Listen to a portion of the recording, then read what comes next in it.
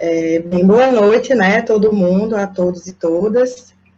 Bem-vindos a essa sessão virtual do Cineclube OSBA. Essa segunda sessão virtual.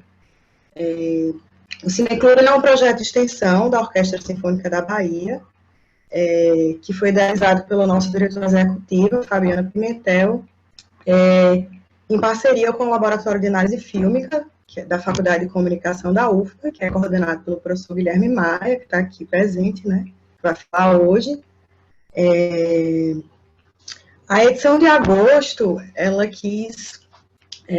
a gente quis homenagear o compositor italiano Ennio Morricone, né, que faleceu mês passado, e a gente escolheu o grande clássico western Três Homens em Conflito, de Sérgio Leone, para poder reverenciar um pouco esse compositor, né.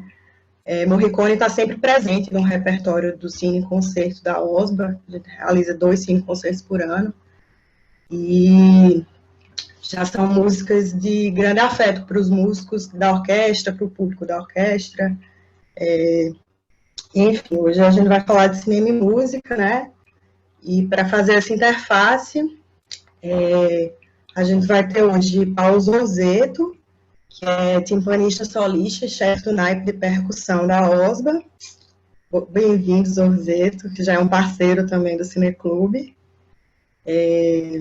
Guilherme Maia, né, que é professor da UFBA e pesquisador dessa área de som no cinema, né, de música no cinema. E por último, mas não menos importante, já que se trata de um doutor em Sérgio Leone, o também pesquisador em som de cinema e professor da Universidade Federal de Pernambuco, Rodrigo Carreiro.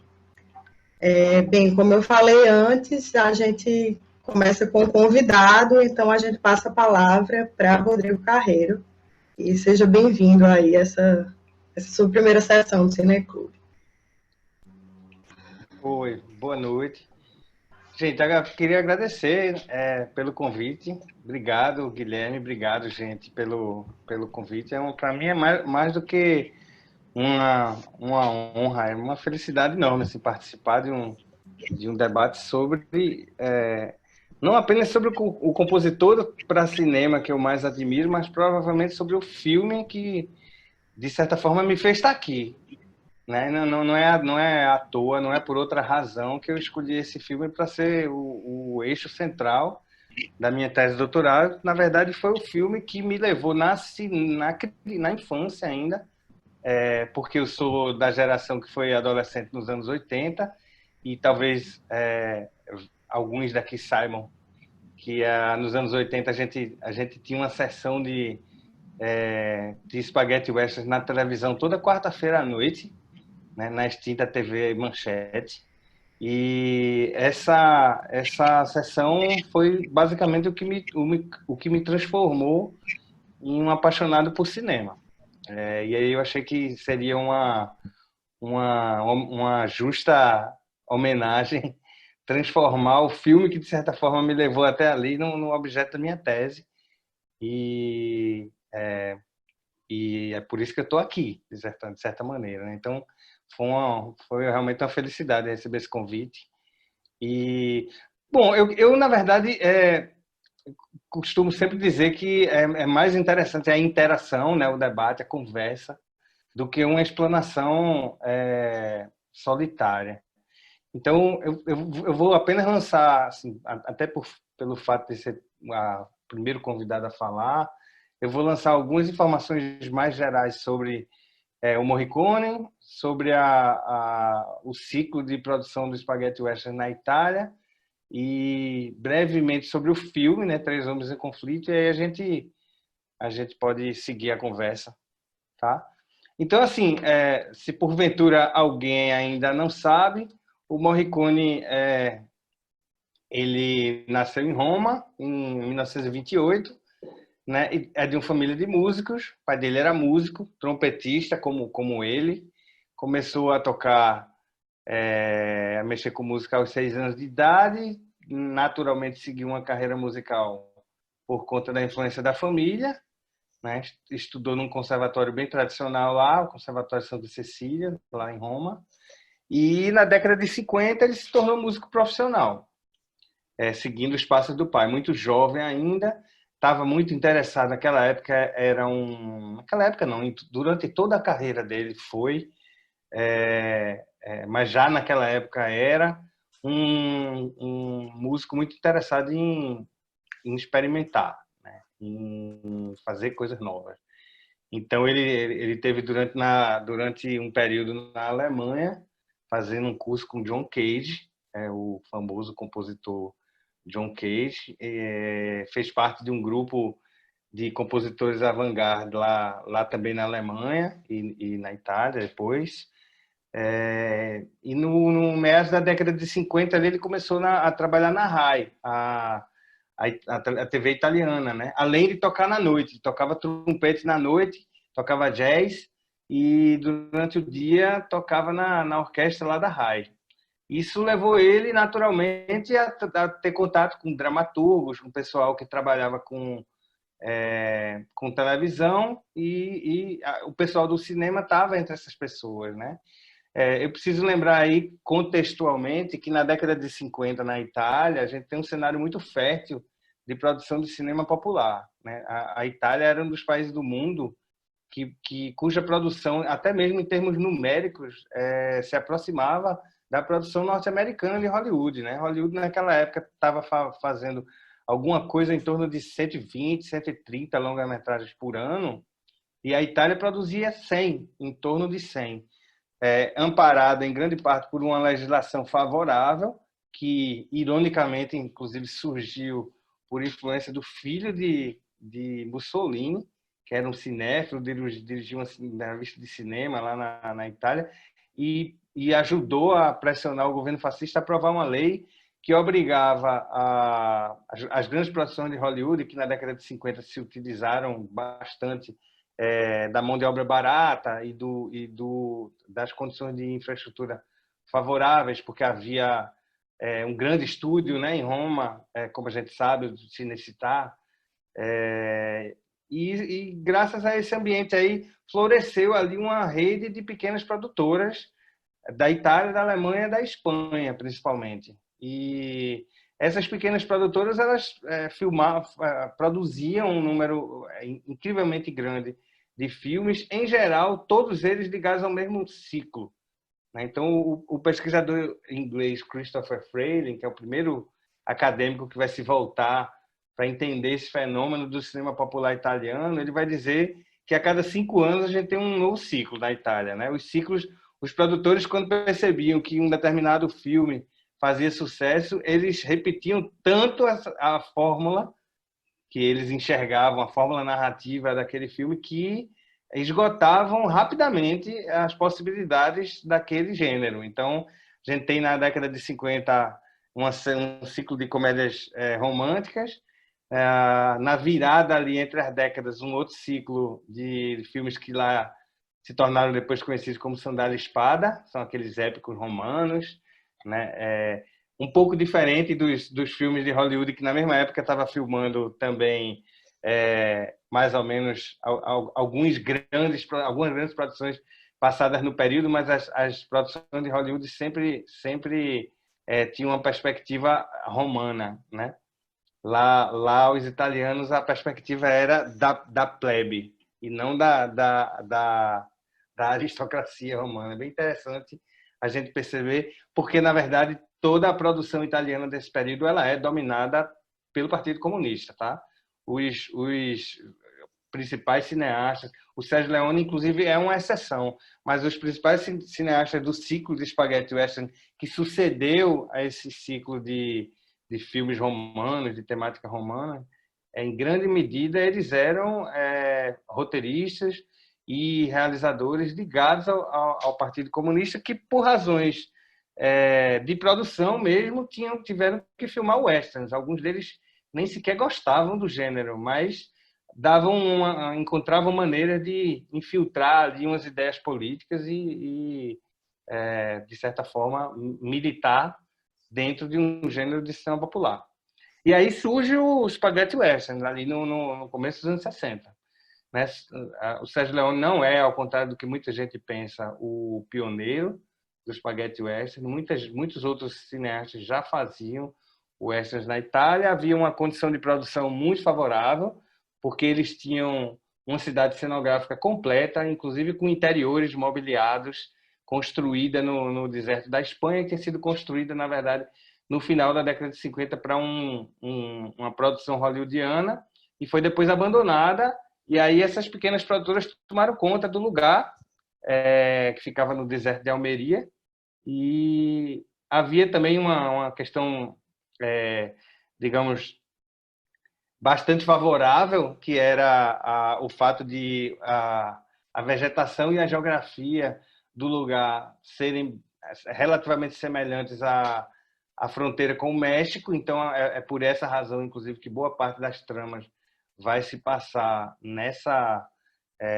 nesse universo, né, da fronteiriço dos Estados Unidos, meio hispânico. E o Sérgio Leone, na verdade, o papel dele vai ser criar o primeiro grande sucesso de spaghetti western, que vai disparar uma onda assim gigantesca de produção, né? Então, assim, Por um Punhado de Dólares, o primeiro filme dele é de 1964, e desse ano, 64, até aproximadamente 10 anos mais tarde, a gente vai ter a produção de 550 longa-metragens de western, dentro dessa malha de pequenas produtoras aí. Dessa enorme quantidade de filmes, o Morricone ele se destacou muito rapidamente como compositor, né? Ele estava, como eu falei antes, vindo da televisão, começou a escrever música para cinema em 1959, mas ele só veio realmente se destacar como compositor depois de concretizar a parceria com o Sérgio Leone, que curiosamente foi um colega de turma dele na escola, né? Ele lembrava disso, Leone não lembrava, ou pelo menos dizia que não lembrava. Leone tem uma personalidade um pouco complicada, né? O biógrafo dele fala que ele era um cara muito vaidoso, e às vezes era chegado em uma autovalorização, assim, de assumir para si coisas que ele não tinha feito. Mas ele teve essa reação com o Morricone, mas se entenderam, né? Na primeira conversa já se entenderam, porque a orientação que o Morricone recebeu do Leone foi evitar os clichês da música para o western que a gente via nos filmes de Hollywood, porque o Leone achava que não era realista, como também não era realista a imagem daqueles vaqueiros de barba feita e camisas coloridas que cavalgavam no deserto, mas não suavam direito, né? E a representação daquela época dura que o Leone queria fazer era mais irônica, era mais calcada no humor negro. E ele mencionou isso numa conversa com o Morricone viu ali a oportunidade até de aplicar os conhecimentos que ele tinha de música concreta.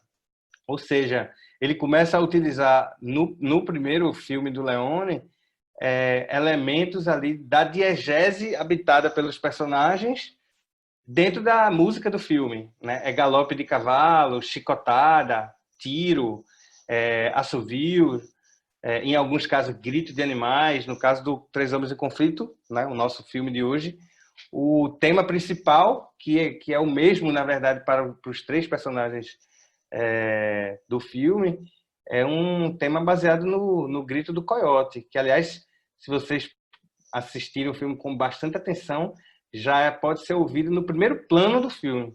É um plano do deserto, é um plano geral, que de repente enquadra um rosto em primeiríssimo plano, um jogo imagético bem típico do Sérgio Leone, mas ao fundo a gente ouve o coiote gritando, e é aquele grito ali que vai ecoar, né, no tema, que é o mesmo tema também, curiosamente, dos três personagens. Os três personagens principais, que no título original seria o bom, personagem do Clint Eastwood, o mal, o personagem do Lee Van Cleef, e o feio, o personagem do Eli Wallach.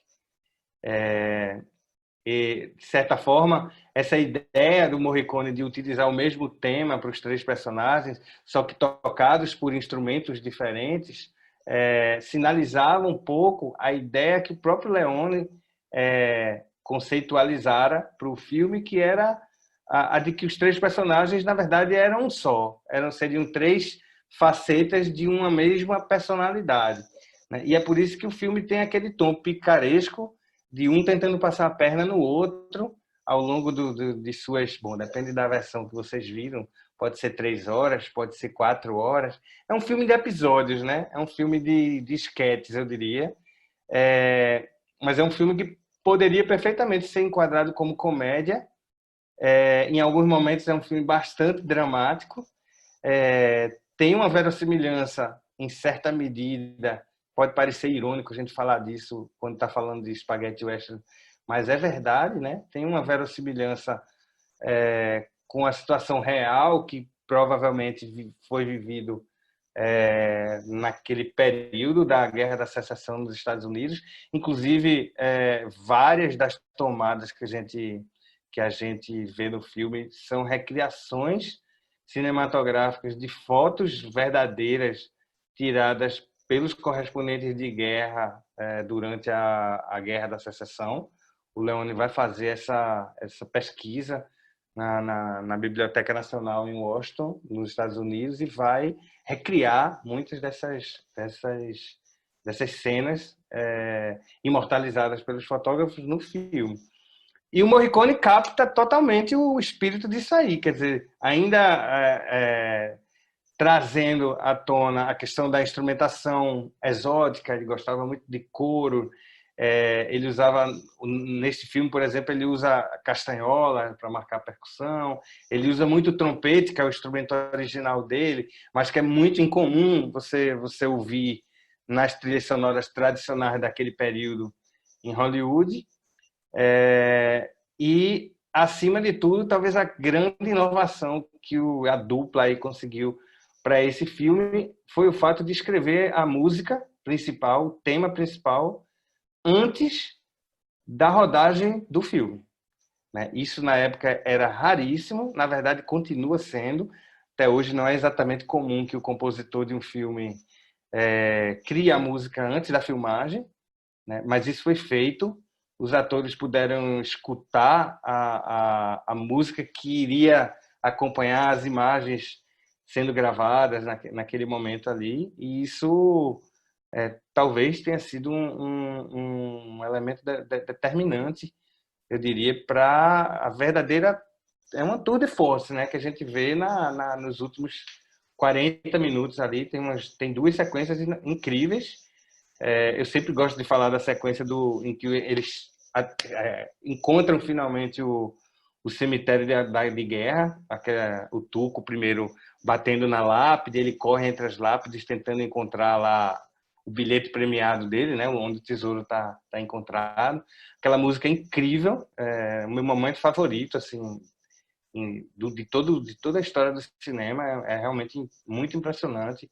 Me arrepio sempre, toda vez que eu escuto aquela música. Inclusive, esse é um episódio um pouco constrangedor de contar, mas vou contar. Quando casei, 20 anos atrás, fiz questão que fosse aquela música que tocasse no casamento, né? O maestro reclamou bastante, falou que, porra, mas isso não é música de casamento, não. Isso aí é música de aventura. Então, vai ser essa música, amigo. Quem está casando sou eu. Vai ser, acabou. E foi. Mas devo dizer que o arranjo do Morricone é bem melhor do que o que soou lá na minha igreja, tá? O arranjo é um outro aspecto incrível dessa música, e ela vai redundar depois naquele famoso trielo, né, como os fãs gostam de chamar, que é um duelo entre três personagens naquela arena circular e um cenário majestoso, com uma música que também é deslumbrante, com um certo sabor latino, influência mexicana, que me parece ter sido, talvez, apesar de várias outras grandes colaborações, né, lendárias, como o filme seguinte, Era uma Vez no Oeste, mas, para mim, talvez tenha sido ali o cume, o ápice da carreira dessa parceria. Leone, Morricone, né?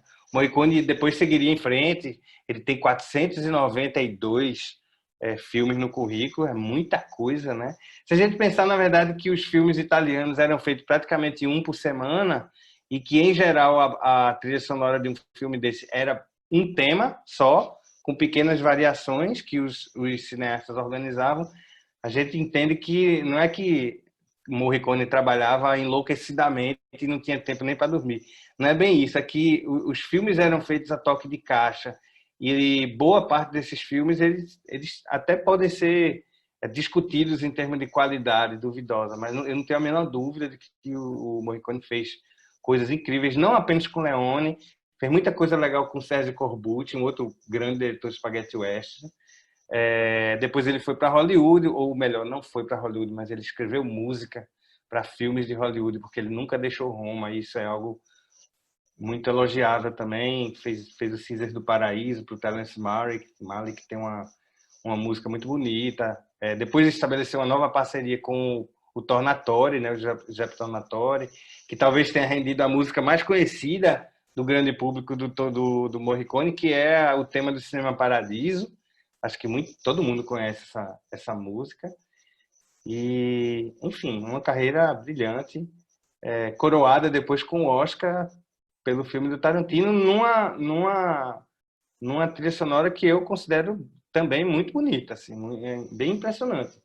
De um vigor incrível, especialmente considerando que naquela ocasião ali ele já estava se aproximando dos 90 anos de idade, né? Não é fácil a pessoa nessa idade fazer música com tanta energia.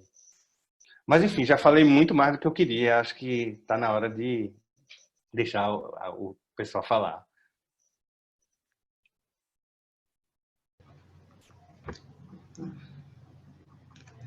Bem, acho que... Vocês me ouvem? Escuto, sim. Tá. Muito obrigada, Rodrigo.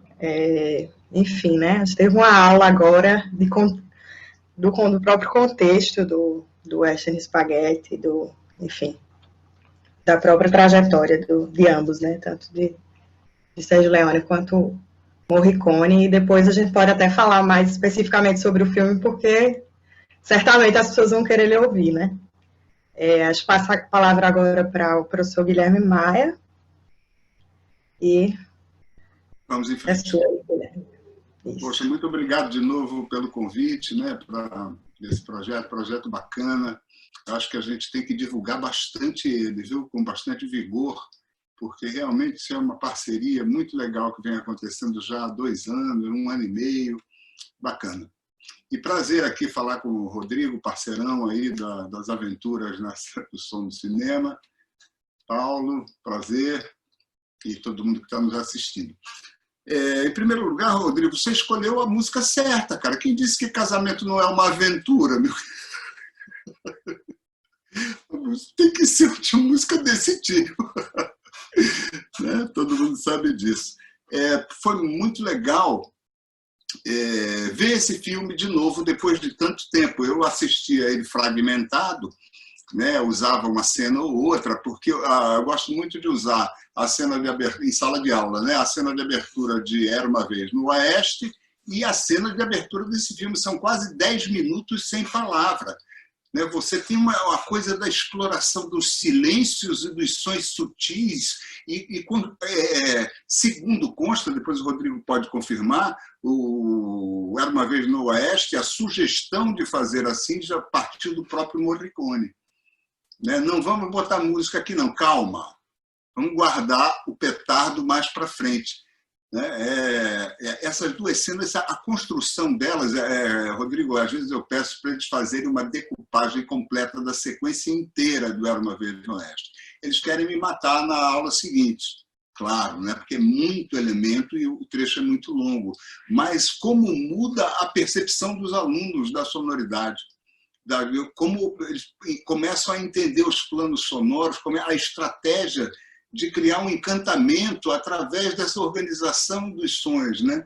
É muito bonita aquela abertura imensa e a economia de palavra.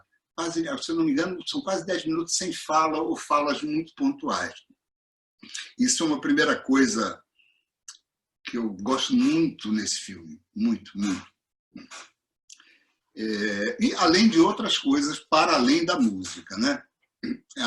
Diálogos muito inteligentes, a graça. Eu percebo esse filme muito na chave da comédia. Tem uma camada cômica por trás daquela coisa do golpe, golpe, contra golpe, golpe, e algumas coisas até que me incomodam, né? O personagem mexicano rebaixado em relação aos outros dois. Isso hoje em dia ia bater mal demais, né? Porque o mexicano é muito rebaixado, é o personagem cômico por, né? Rebaixamento naquele sentido aristotélico, né? Mas, enfim, a fala dele, são coisas que eu não me lembrava, né? A fala dele, quando ele logo na primeira sequência que ele é amarrado e conduzido pelo Clint Eastwood, as coisas que ele diz, eu falei, rapaz, eu vou anotar isso para usar para sempre, porque é muito bom. E não para, né? Praticamente não tem um diálogo que não tenha uma graça especial. Outra coisa que a gente estava comentando, o repertório de expressões fisionômicas, e agora o Rodrigo falando comigo sobre essa coisa de a pegada, falando conosco, né? Essa coisa da pegada realista, né? As pessoas são barbadas, elas são suadas, né? Tem uma coisa pesada ali, o exército, são os confederados que chegam, levanta uma nuvem de poeira, né? Muito interessante tudo isso. E em relação à música do filme especificamente, e o achado, né? Tem aquela coisa daquele achado, por que essa frase musical, aquela estrutura, ela ficou para sempre. Ela está colada na história do cinema de uma forma, sabe, todo mundo conhece, o mundo inteiro conhece aquele né? Anúncio de cigarro, Marlboro, mas enfim, né? A força, o Morricone tem essa coisa de ele é um melodista, né? Tem a formação que tem, e a formação dele aparece com muita clareza, essa formação da vanguarda, nas cenas de muita tensão. Tem hora que parece que você está ouvindo Penderecki, Ligeti, né? Tem hora que você está. Aí quando ele sai disso, ele vai para umas melodias populares, pegajosas, tudo é cantável, né? Aquela coisa, muita harmonia modal, sem sensível, sem sétima, sem resolução, fica aquele que é uma coisa própria do western americano também, mas ele faz com uma inteligência melódica para criar melodias pegajosas, pegadiças, né? Muito bonito, muito, muito esperto. Eu acho que isso vem, talvez, agora, eu não conhecia a biografia dele, dessa vivência dele, de tocar na noite de música popular, né? Porque tem uma coisa de música, tem uma coisa de música popular ali muito forte, mesmo que não haja nada, praticamente nada cantado, né? Há uma cena cantada, que depois eu queria falar um pouco sobre ela, antes de passar a bola para a gente rodar, porque eu acho que tem muita, né? O Lucas também, o Paulo, voltar para o Rodrigo, para a gente comentar mais sobre esse filme, que é... sim, tem uma coisa muito interessante, ali por volta de 32 minutos e 33, mais ou menos, depois que o mal dá uma bufetada na mulher, tá? Entra um motivozinho, que eu não sei se foi a primeira vez que foi usado, mas ele empesteia todas as séries de televisão.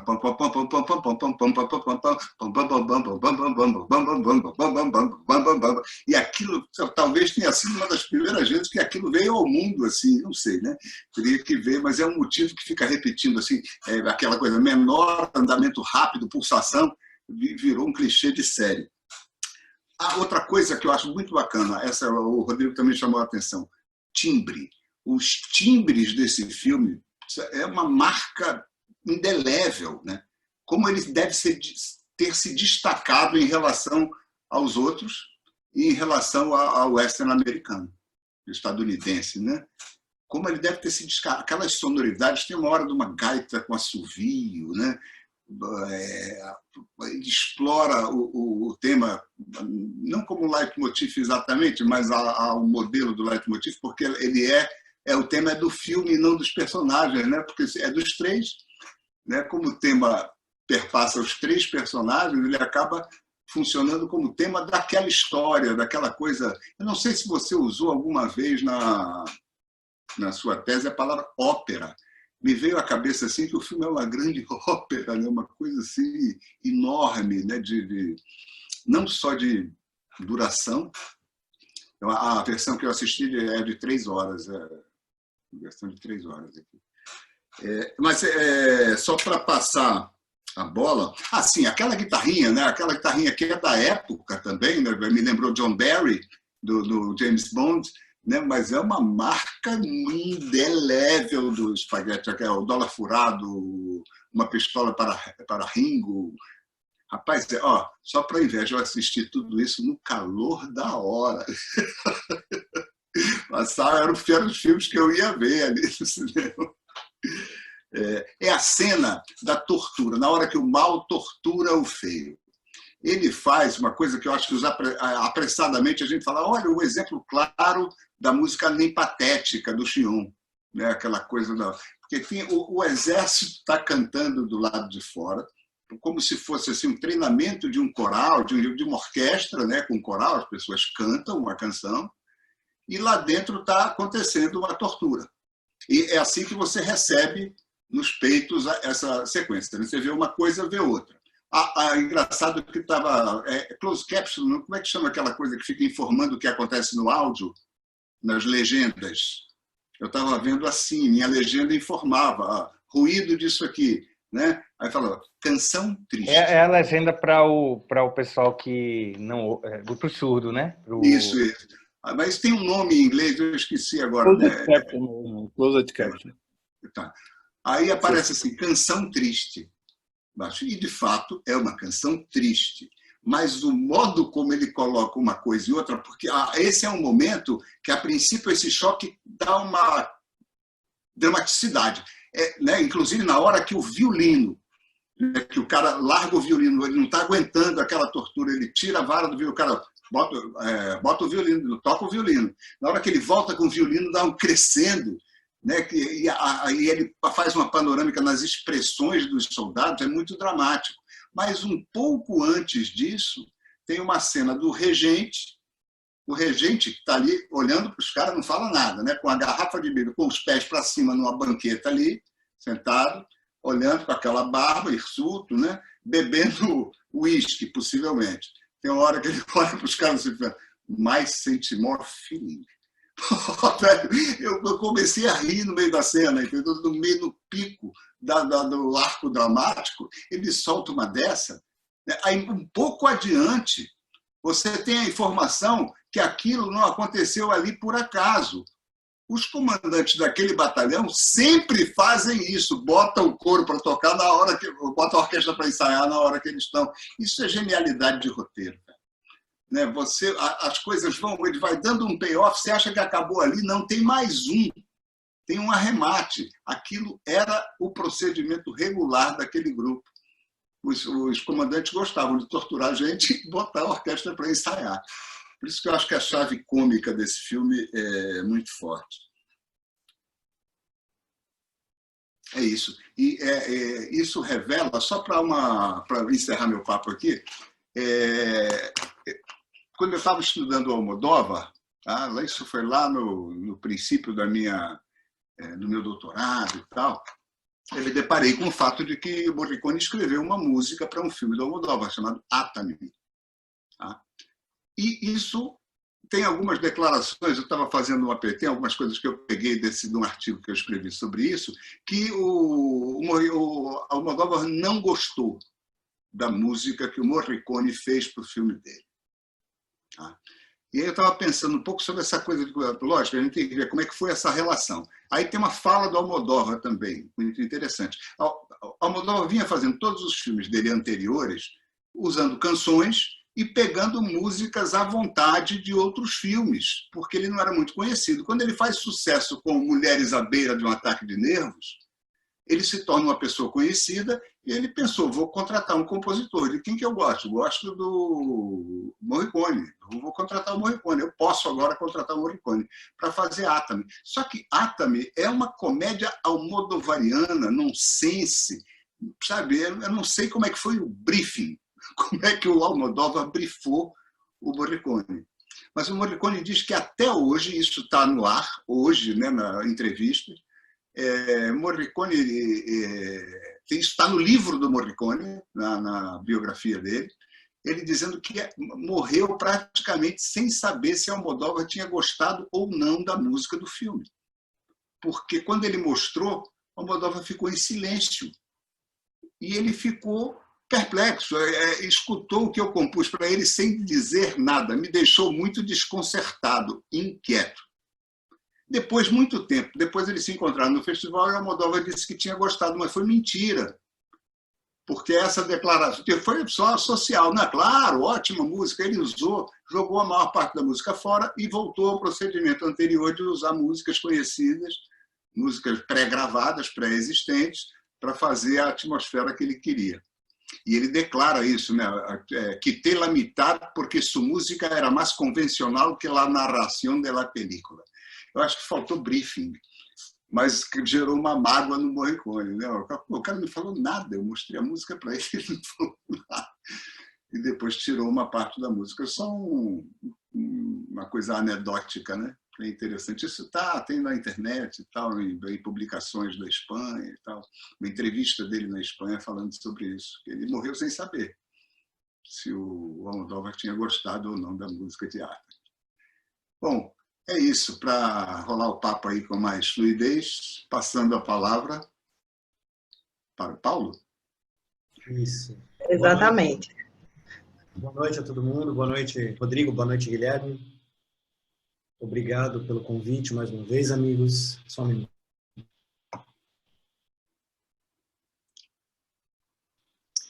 Eu fico até assim, o que o músico da orquestra, né, vai poder comentar diante de tanta, ou vai poder, que ideia, né, que olhar que pensar que eu poderia dar para esse filme. Não sou um grande fã de western, mas muito mais por falta de costume. Mas eu me surpreendi com o filme, achei um filmaço, assim, eu não tinha assistido ainda, e eu tentei vê-lo musicalmente porque eu não teria tempo nem background para falar do cinema em si mesmo, né? Mas eu queria aproveitar eu fiquei me perguntando primeiro sobre a questão do título, né? Embora isso não seja para música. Porque a gente tem 3 homens em conflito e tem o título diferente em inglês. Eu nunca sei como essas coisas acontecem, talvez o Rodrigo e o Guilherme possam ficar um pouco melhor, como é que os títulos mudam tanto assim, né? Eu achei assim, do lado do Lee Van Cleef e do Clint Eastwood, qualquer um de nós seria o feio. Assim, é impressionante o gabarito da cara dos caras, né? É impressionante. É um negócio, assim, como 300 mil closes, né? Não sei se era uma coisa muito da época, closes muito perto, assim, tinha hora que o close era só aqui, que é na cena final, inclusive, é muito impressionante, né, aquela sequência. Então eu falei, bom, o feio eu já entendi, porque ninguém conseguiria não ser feio ali, né? Mas eu fiquei pensando, assim, sobre algumas coisas que você falou, Rodrigo, principalmente, isso fez muito sentido na minha reflexão, algumas anotações perdidas que eu tentei fazer. Você dizer que a música foi composta do filme, para mim, amarra uma observações que eu tinha feito. E, de uma forma, né, esse contato com o John Cage, que você diz, né, inclusive nos anos 60, foi a época que o John Cage estava interessado em explorar o silêncio, né? O John Cage também foi muito episódico, ele era um zen budista na época e ele estava interessado realmente no impacto do silêncio, ele estava realmente interessado no impacto do silêncio sobre a música. E ele fez uma série, vocês devem saber disso, mas uma série de experimentações em campos hermeticamente fechadas para provar que silêncio não existia, né? E disso saiu a genial composição 4 minutos e 33. E aí ele chegou ao seguinte: que mesmo no silêncio absoluto, dentro de uma câmara perfeitamente isolada, a gente vai ouvir alguns sons do corpo, alguns sons do coração, vai ouvir respiração, dá para ouvir pulsação, dá para ouvir tensão, etc. E tal. Isso, lógico, num silêncio assim, né? E me chamou, por que eu estou falando isso? Porque na cena em que o Clint Eastwood, de forma geral, para mim a música é o filme e o filme é a música. Essa foi a sensação que eu tive, mas eu queria comentar por quê. Mas na cena em que eles estão se preparando, quando o feio está se preparando para dar o bote no Clint Eastwood no hotel, não tem música ali. Mas o exército está saindo da cidade e a música é o caminhar do exército. Enquanto eles estão caminhando, o Clint consegue perceber que os caras são da porta. Acho que é isso, né, Rodrigo? Não está conseguindo. Quando, de repente, eles dão uma parada, ele ouve e ele está fazendo um outro movimento que, normalmente, em filmes a gente ouve o barulho. Ele está limpando a arma e colocando as balas. E mesmo quando o som da música do exército, né, vou chamar de música também agora, diante dessa informação cageana, o som da música, da trilha do exército marchando, quando ouve o barulho dos rumores ali dos caras chegando, mas ouve o som, porque aquela hora eu queria ouvir ele fazendo o barulho da bala entrando no tambor, né? Não tinha um som, mas tinha um silêncio de algo que podia estar rolando. Essa informação aqui é muito crucial, assim, para entender algumas coisas que eu senti, no sentido de que a trilha nem sempre era música, né? A trilha era o barulho do vento, a trilha... Tudo bem, acho que não é nenhuma informação assim, uau. Mas foi feito de uma forma que suplantava, que preenchia muito tempo de silêncio, os barulhos ocasionais, né? Outros compositores mais contemporâneos exploraram isso magnificamente, assim, né? Tem uma obra do compositor canadense que é para xilofone, assim, só uma referência, para xilofone, voz e plateia, porque tem muito silêncio, muito diálogo interno com a plateia, e os sons da plateia são considerados sons da música. Então, para mim, isso foi muito importante a música, né? Que os vãos faziam parte do que era música de aclimatação. Por exemplo, a trilha original, né? Ela tem duas partes, até onde eu conheço, não é especialista assim, no tema, mas o que eu fui pesquisar. Ela tem duas partes. Ela tem essa parte famosa, né?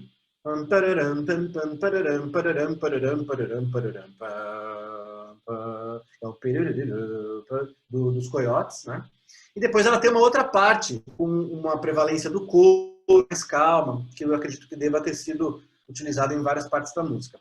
Nessa primeira parte, o tema dos três personagens principais, eu sempre percebi muito claramente a função de dessa primeira e mais famosa, né?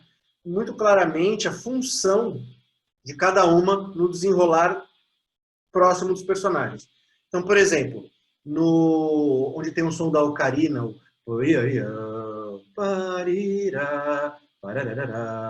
normalmente, pelo que eu entendi, assim, isso ficou muito mais claro. Era uma pré-ação, sabe, assim, era uma reflexão daquilo que ia acontecer, da ação em si.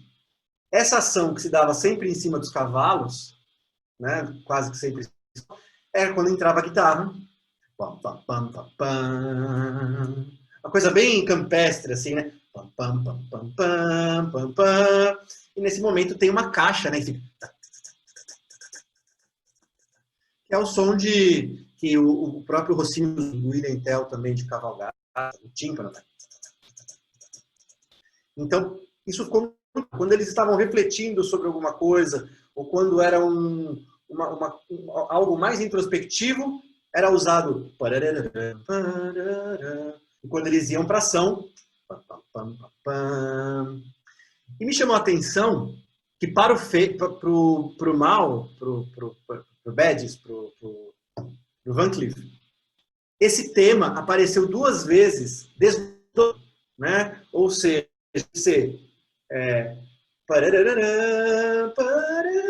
a primeira vez, se não me engano, ele aparece mais devagar e o aparece assim.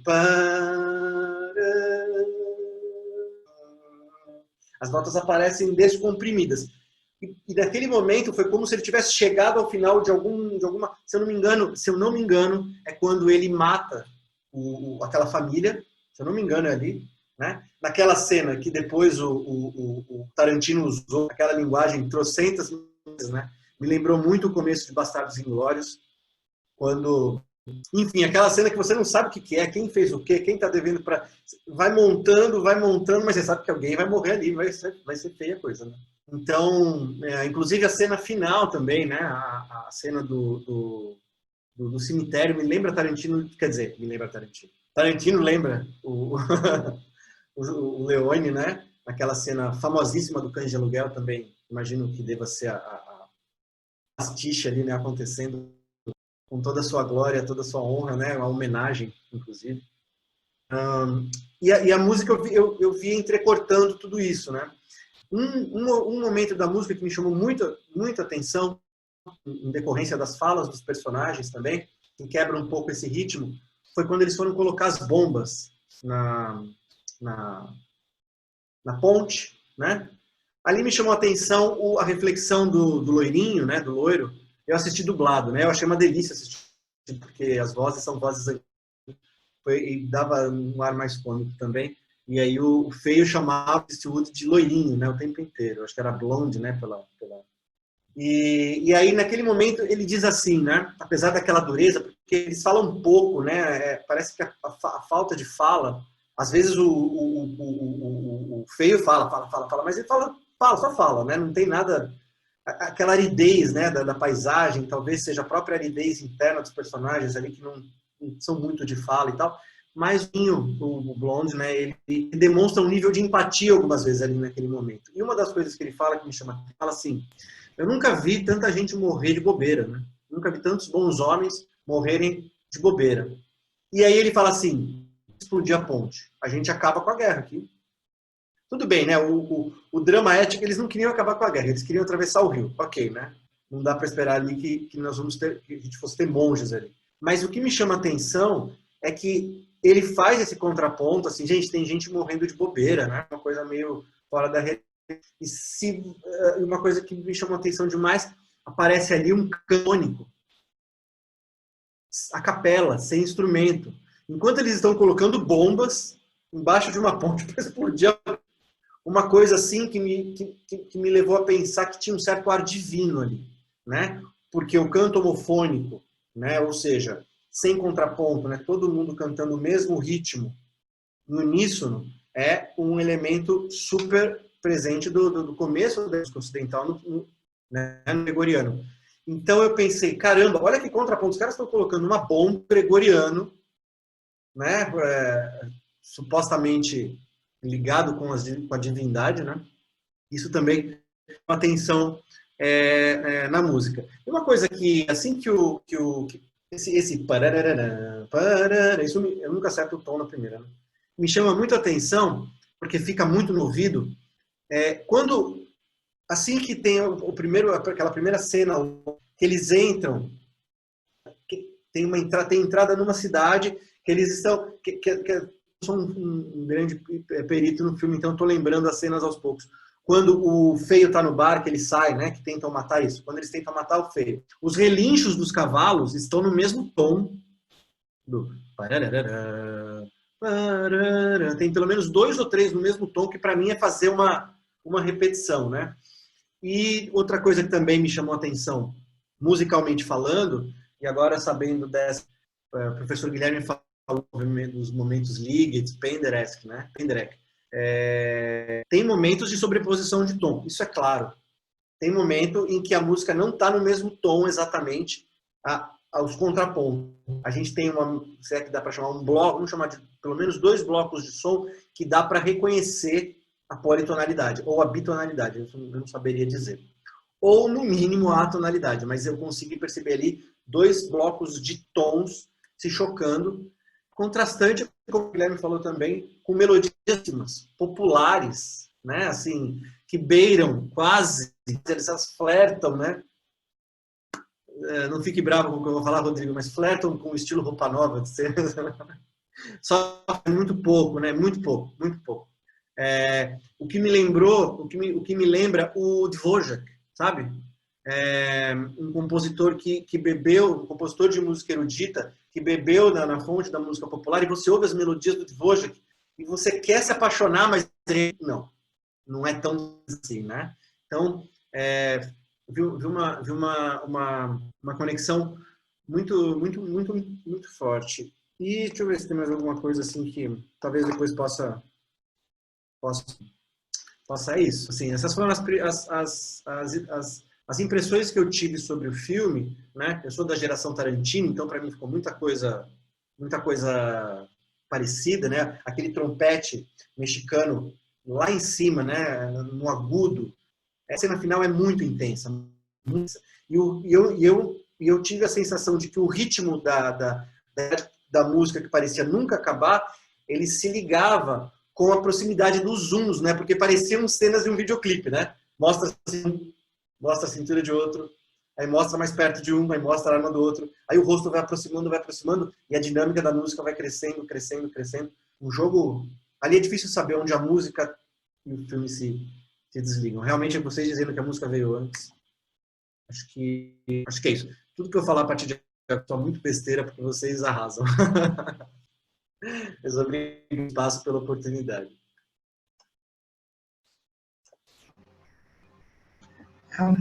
Zozeta, muito obrigada. Estávamos até falando aqui na comunicação como suas contribuições sempre são muito preciosas no nosso cineclube, né, já que você é um parceiro. E, inclusive, você me respondeu umas perguntas que, desde que o Rodrigo começou a falar, eu fiquei me perguntando sobre os instrumentos, né? E que é uma coisa que o Guilherme chegou a falar, assim, aí eu falei, não, acho que Zozeta vai falar disso, de alguns momentos, assim. Bem, agora é o momento, se alguém quiser comentar alguma coisa, né? Se alguém quiser fazer pergunta, ou quiser comentar mesmo sobre a fala, ou sobre o filme, sobre a perspectiva, enfim. Posso falar, Inara? Mas é isso. Pode falar? Sim, fica à vontade. O Lucas queria falar, é isso? Não, mas pode ir, Luísa, tranquilo. Pode falar, não tem problema não. Vai primeiro, depois eu vou. Eu também acabei vendo os filmes do Leone em película, né? Porque teve uma mostra no Estação Botafogo aqui no Rio, no início dos anos 2000, já faz um tempão. Então acabei vendo muita coisa em película, né? Tive essa chance. Mas eu, ao contrário de muita gente aqui, eu não revi o filme. Embora eu tenha revisto há 2 anos, mas assim, eu tive que pegar minhas anotações até para lembrar de algumas coisas, porque eu tenho uma memória muito curta, né? E aquela cena que o Guilherme citou, é interessante que a música, na verdade, que eles cantam, acho que ela começa primeiro como música extradiegética, né? Ela não está justificada, ela está né, no que a gente ouve ali, naquela trilha orquestral, que não está justificada em cena, e depois ela vai para a cena, né? Se eu não me engano. Eu peguei nas minhas anotações, eu não revi a cena. Mas, na verdade, o que eu queria mais comentar aqui como eu cheguei a participar de banca sobre Morricone, escrevi também alguns textos já há uns 2 anos, então eu li muita entrevista dele, e o que era interessante era, por mais que ele tenha ficado super famoso e estava contente com a carreira, mas ao mesmo tempo ele tem uma mágoa enorme de não ter sido um músico de vanguarda, né? No sentido de músico de concerto, né? Música erudita, porque ele queria ser músico de vanguarda, né? Ele participou de vários seminários, né? Como o Rodrigo falou, e ele não conseguiu. E ele viu isso como um grande fracasso para ele, né? Porque ele não conseguiu ser um músico erudito, né? Lembra um pouco, no nosso caso brasileiro, o Ernesto Nazaré, né? Que ficava sempre com aquela mágoa de ser mais entendido como um músico popular do que como um músico erudito, né? Isso em várias entrevistas, é constante, ele se repetia muito nisso aí, né? Eu achei muito interessante, né? Mesmo com toda essa fama, né? São entrevistas com ele já muito famoso, né? Não são entrevistas de início de carreira, né? Então achei interessante também esse aspecto dele. Você conhece, Luísa, deve conhecer, claro, a música dele para Teorema, do Pasolini? Eu vi o filme, mas eu não lembro, eu teria que rever. Pois ela é muito... Aí sim, ele está usando todos esses conhecimentos, essa tendência dele das vanguardas, de Cage, da música contemporânea que ele deve ter estudado lá no conservatório, contemporânea àquele tempo, né? Porque lá está assim, lá é isso. A música de Teorema, você vê, não tem melodia, não tem nenhuma melodia entregue de bandeja para o espectador, não. É o coro come do princípio até o fim, na tonalidade, no bitonalismo, politonalismo. Ela teria que parar para fazer uma análise e tal, mas, enfim, fora do tonalismo do princípio ao fim. Eu acho que eu tenho a impressão que era um pouco um caso de um compositor que realmente servia ao filme, né? E ao diretor com quem ele estava trabalhando. Quando ele vai para os Estados Unidos, ele vai trabalhar com o Terrence Malick numa trilha que ele não gostou, né? Na verdade, ele não é que ele não gostou da trilha, mas ele não gostou da mixagem que fizeram na trilha, porque o Terrence Malick tem aquela coisa de botar o barulho da formiga, né? O sonzinho do grilinho.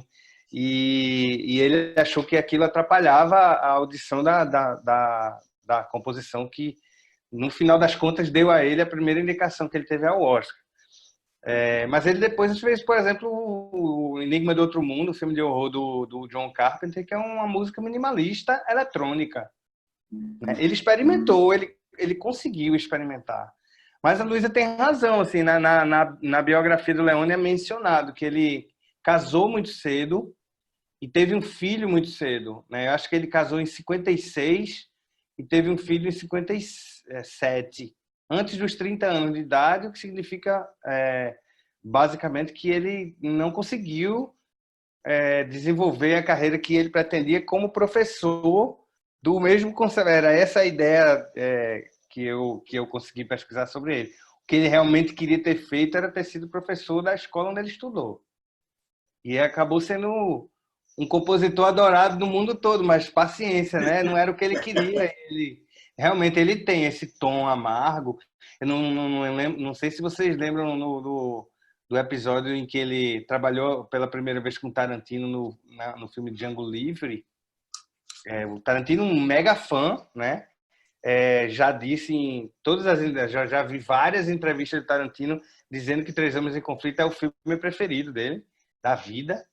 Ele escreveu não foi a trilha inteira, mas uma música para o Django Livre, e depois deu uma entrevista para a Playboy italiana dizendo que Tarantino era um chato, boçal, e que a música era horrível e que o filme era péssimo.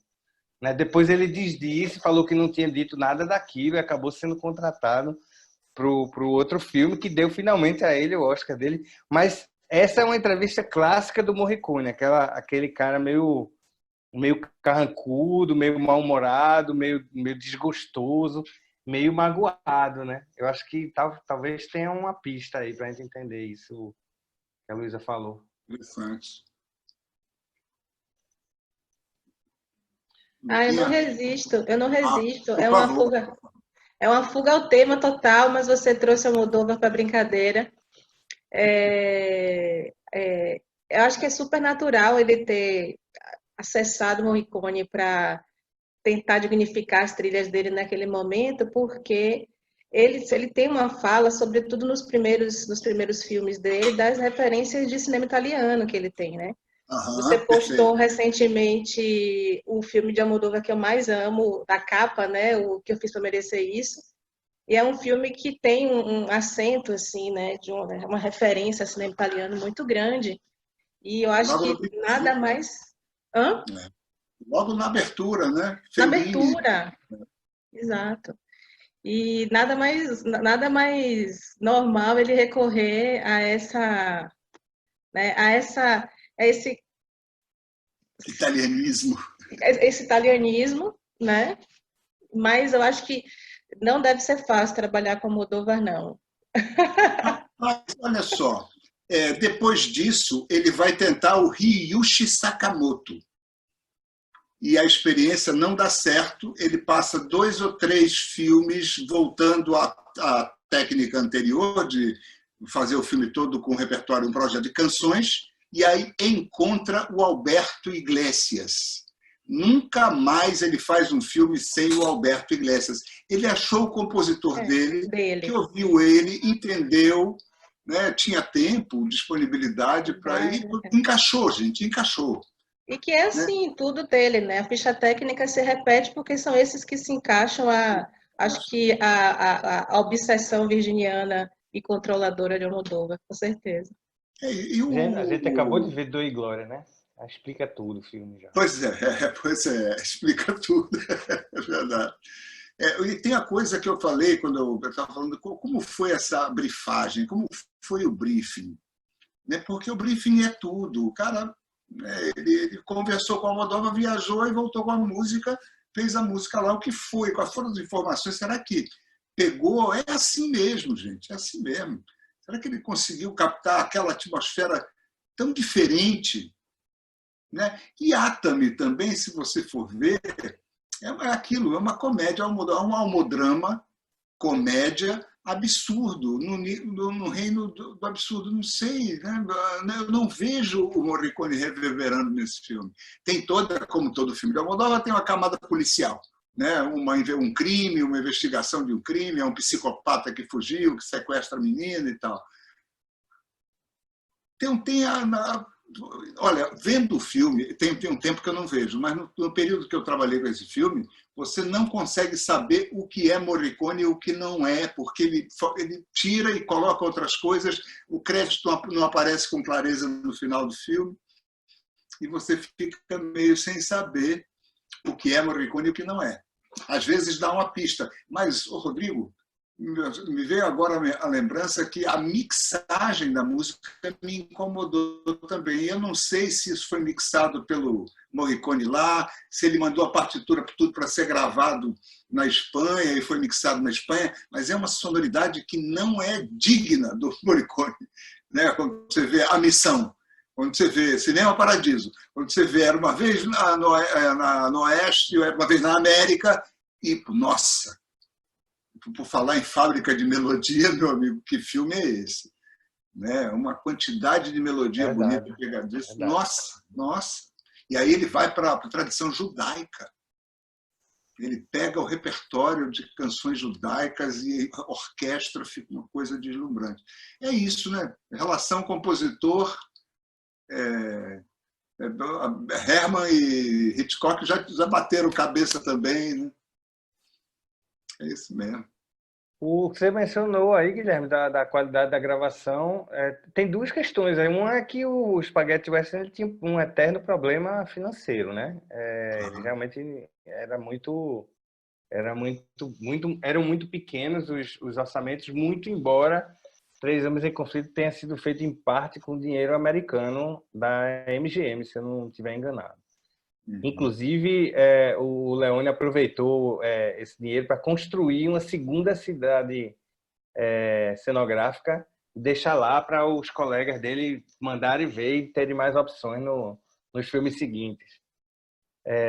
Mas tem também uma questão do filme ter sido inteiramente remixado e, em alguns casos, teve o som refeito na restauração que ele sofreu, eu acredito que por volta de 2004, não vou lembrar o nome exato, o ano exato, 2004, 2005, antes de ser lançado em DVD, ele foi submetido a uma restauração, ganhou uma meia hora a mais de cena, né? Eu não sei se você assistiu, se na sua versão que você viu, tem uma cena em que o Tuco vai encontrar, acho que 2 outros assaltantes, e levam uma galinha. Claro.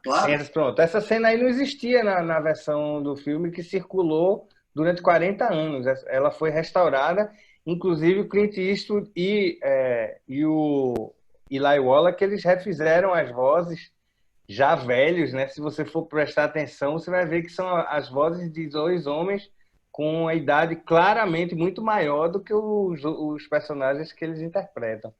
E o Foley foi todo refeito, a parte de efeitos sonoros foi revisada. Então, eu não tenho a informação, mas acredito que seja muito possível que eles tenham mexido na música também, né? Na mixagem. E aí Deus sabe o que pode ter acontecido, porque o Morricone não participou desse processo, né? Então... mas o resultado da versão que eu vi é bom, a música tem uma qualidade alta, né? Ô, Rodrigo, Oi. e toda a música foi composta previamente ou só algumas entradas e depois Não, se o que eu compôs o consegui resto? pegar, toda a música composta previamente, somente no caso dessa parceria aí, Era Uma Vez no Oeste, tá? Toda a música. Mas no caso desse filme, somente o tema final, somente o tema do duelo, o trielo, como que a gente quiser chamar. Inclusive, o Paulo mencionou a questão do videoclipe, né? Eu, da minha cabeça, aquela cena do cemitério, que eu considero deslumbrante, a música sensacional, é um videoclipe no filme, né? Ela tá ali. tá- Hoje, aquela cena não existiria. Talvez a gente tivesse a sorte de vê-la nos cortes do DVD do filme, porque ela não avança a narrativa em nada, pelo contrário, ela trava a narrativa ali, porque é basicamente um homem correndo por 4 minutos dentro de um cemitério, só isso. E a gente ouvindo uma música deslumbrante, sensacional e tal. Claro, tem toda uma questão afetiva do personagem. Ele está embriagado ali pela fortuna, né? O objetivo que o filme até nem deixa tão claro isso, mas se a gente for perceber a passagem do tempo, eu não tenho a menor dúvida de que aquele filme se passa por volta de talvez 1 ano e meio, 2 anos de duração, né? Os personagens se locomovem muito, mudam muito, ficam feridos, ficam bons, e, enfim, são presos. Aí, de repente, o cara já é oficial do exército. Como é que ele virou de bandido Isso, oficial do exército, né? Sem que Isso são detalhes do roteiro, creio eu, para tentar assinalar a passagem do tempo. Como Rodrigo, aquela jornada, na verdade, foi longa. Rodrigo, ele tem uma cena em que o primeiro personagem que aparece, que ele tá sem o braço, depois ele diz pro Feio, eu estou atrás de você faz 8 meses. Pelo menos na minha versão, ele fala essa contagem de tempo, né? Não sei se, dependendo da tradução, tem Eu mais... nunca percebi isso, mas Não é um é certo muito tempo mesmo. ela Mas fala não isso. sei se significa muito, porque, ao mesmo tempo, ele já é procurado há muito tempo, né? Mas assim, Então, no começo do filme, até o momento em que ele o reencontra, né, são dos presos, dos soldados presos, ele fala isso, né? Ele fala, te procurei por 8 meses, né? Então, talvez aí dê para ter uma ideia do quanto é esse tempo, né? Um pouco mais. boa. Rodrigo, eu achei muito massa o que você falou sobre a mixagem da cena da galinha. Foi o que eu percebi. Eu achei o áudio dos diálogos do Eli Wallach muito diferentes do resto do filme. E na hora eu não sabia porquê, né? E agora faz todo sentido, inclusive, porque no final dessa versão restaurada tem lá os agradecimentos, né? Ao Clint Eastwood e ao Eli Wallach, que agora deve ter sido por isso que botaram os agradecimentos. Porque os caras voltaram para regravar diálogo e tudo mais.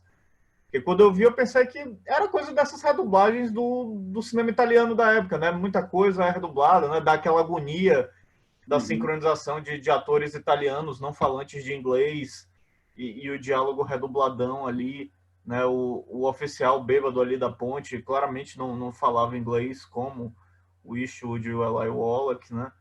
Então, eu na hora achei que é isso, mas fez todo sentido quando você mencionou que foi a posteriori, que foi a cena adicionada. Eu acho que se a gente for pegar DVD, a gente não acha mais esse corte primeiro de 2 horas e meia, né? A menos que seja alguma edição que tenha esses vários cortes diferentes, assim, né? O de 2 horas e meia, esse de 3 horas e tal. Aqui eu vi Você foi. acha? Bom, eu tenho. Ah, Eu que tenho massa. 6 DVDs do filme em diferentes versões.